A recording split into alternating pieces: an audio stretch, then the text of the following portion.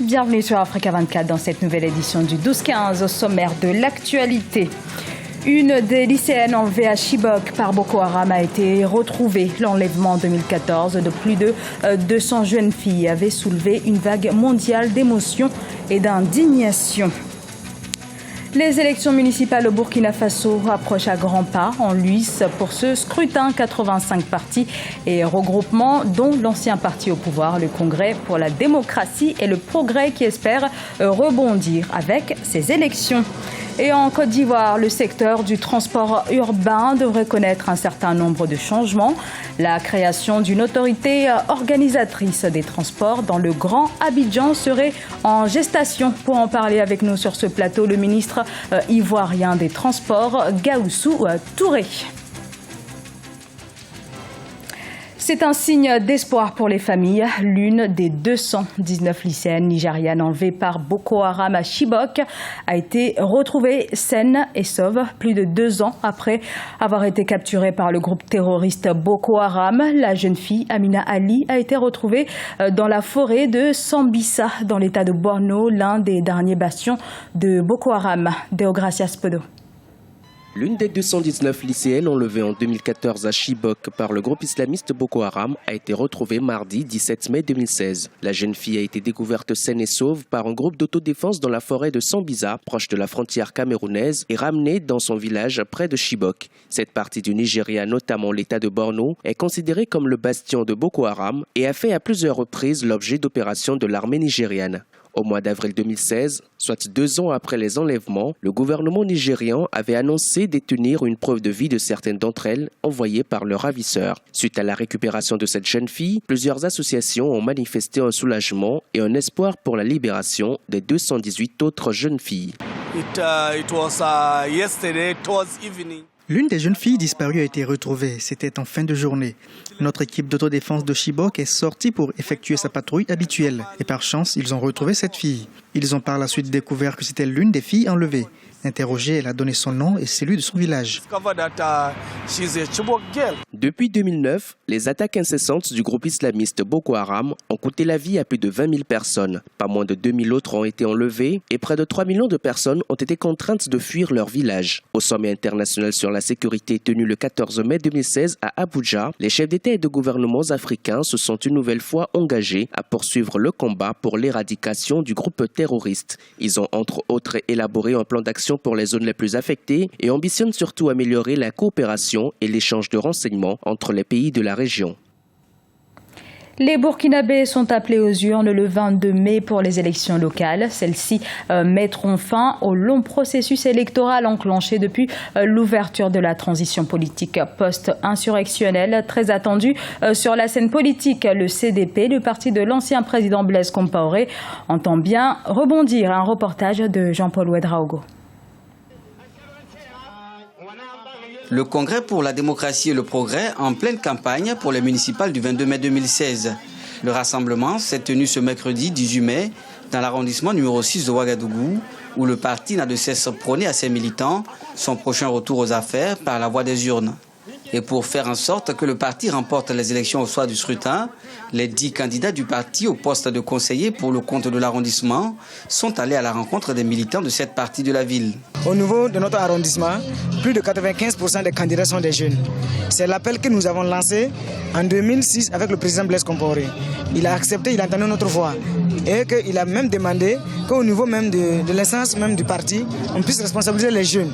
Aujourd'hui, nous sommes les pépiniers du Burkina et nous devrons travailler à résoudre les problèmes du Burkina Faso. En quête d'un nouvel élan, c'est un congrès pour la démocratie et le progrès qui, malgré l'absence remarquée de ses nombreux cadres, n'a pas failli dans la mobilisation. L'ancien député Moussa Nikiema, présent à ce meeting, a rassuré ses militants quant à la bonne santé du parti après les événements d'octobre 2014, lesquels événements avaient du reste provoqué la chute du président Compaoré. Je peux dire que le parti se porte bien parce que ce n'est pas à moi de le dire. Vous êtes venus, vous avez constaté la réalité. Et moi, je pense que le CDP vivra et il y restera sur la scène politique. Après avoir officiellement démarré le samedi 7 mai dernier à Bobo-Dioulasso, sa campagne nationale pour les élections municipales du 22 mai 2016, C'est de façon sereine que le CDP, Congrès pour la démocratie et le progrès, poursuit sa conquête de l'électorat burkinabé. Le parti est à la conquête de 325 communes sur les 350 que compte le pays. En Côte d'Ivoire, le transport urbain, notamment dans la capitale Abidjan, devrait faire l'objet de bon nombre de bouleversements. Ces changements ont été annoncés à l'issue d'un atelier organisé par le district d'Abidjan les 9 et 10 mai 2016. Avec nous pour en parler, le ministre ivoirien des Transports, Monsieur Gaoussou Touré. Bienvenue, Monsieur le ministre, et merci d'avoir accepté notre invitation. C'est à moi de vous remercier. Alors, du fait de la croissance démographique, les villes font face à de nombreux défis. La problématique de la mobilité des populations se pose donc. Quelle réponse comptez-vous justement apporter à l'insuffisance des infrastructures ? Au niveau d'Abidjan, nous sommes convaincus que l'épineux problème de déplacement des Abidjanais ne pourra être résolu qu'avec un système multimodal qui combinera en même temps le lagunaire, parce qu'à Abidjan, nous avons la chance d'avoir une belle lagune qui relie presque toutes les communes d'Abidjan. Ensuite, nous avons le ferroviaire et nous avons bien sûr le routier. Bon, pour résoudre ce problème, le gouvernement a des grands projets qui sont lancés. Et il s'agit d'abord du développement du transport lagunaire, parce que le transport lagunaire, autrefois, il y avait l'exclusivité de la société Sotra que nous avons modifiée en ouvrant, en accordant la libéralisation. Et aujourd'hui, il y a 2 autres sociétés en plus de la Sotra qui vont mettre d'ici la fin de l'année des bateaux-bus de dernière génération en route pour le transport de 300 000 usagers par jour. Bon, c'est pareil aussi pour le train urbain, le métro d'Abidjan, que ce programme-là aussi est en cours de finalisation et qui va permettre aussi d'assurer le déplacement de plus de 350 000 usagers par jour. Bon, en plus de ça, nous avons un grand programme de renouvellement du parc automobile et nous allons avoir un changement parce qu'au niveau d'Abidjan, nous avons les Baga et les Woro, bon, qui sont des véhicules de plus de 20 ans d'âge, qui aujourd'hui ne sont plus des véhicules mais sont des usines à fabrication de gaz à effet de serre qu'il faut remplacer. Donc il y a toute une politique de modernisation qui serait éventuellement en cours. Exact. Oui. Il y a une politique de modernisation qui est en cours parce que avec le lancement du lagunaire et le lancement du métro d'Abidjan, il y aura un changement parce que il faudra maintenant transporter les Abidjanais au niveau routier des différentes gares à l'intérieur des communes. Très bien, Monsieur le ministre. Et par ailleurs, à l'issue de l'atelier sur la politique des transports, les experts ont émis l'idée de la création d'une autorité organisatrice des transports pour le Grand Abidjan. Est-ce que le gouvernement va s'y pencher et qu'est-ce que cela pourrait changer dans la vie des usagers ? Mais beaucoup, parce que d'abord, c'était déjà prévu, parce qu'on a une loi d'orientation de politique générale qui a été déjà votée depuis l'année dernière et qui prévoit la création d'une autorité de régulation du transport. Bon, pour nous, c'est d'autant plus important, comme je viens de vous dire, nous avons plusieurs modes de transport qui vont cohabiter. Donc, il y a lieu que, dès maintenant, on mette des règles pour que cette cohabitation puisse se faire dans d'excellentes conditions. Et c'est ce que nous allons faire. Bon, tout est presque prêt.